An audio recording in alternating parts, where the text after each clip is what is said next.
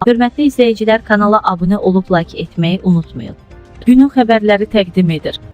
Saxta diaqnozlarla və tibbi müayinədən keçirilmədən əlilliyin verilməsi müqabilində rüşvət almaqda təqsirləndirilən vəzifəli şəxslər barədə ibtidai istintaq tamamlanıb. Ajans AS xəbər verir ki, əlillik dərəcəsinin verilməsindən qazanc əldə edən vəzifəli şəxslər ifşa edilib. Sabirabad rayon mərkəzi xəstəxanasının vəzifəli şəxsləri barəsində cinayət işi məhkəməyə göndərilib. Sabirabad rayon mərkəzi xəstəxanası publik hüquqi şəxsində baş verən qanunsuzluqlar, o cümlədən həmin xəstəxananın Poliklinika şöbəsinin müdiri və həkim məsləhət komissiyasının üzvü olmuş Əlişirin Əliyev Lələşoğlu barədə daxil olmuş şikayətlər əsasında Baş prokuror yanında korrupsiyaya qarşı mübarizə baş idarəsində başlanmış cinayət işinin istintaqı yekunlaşıb.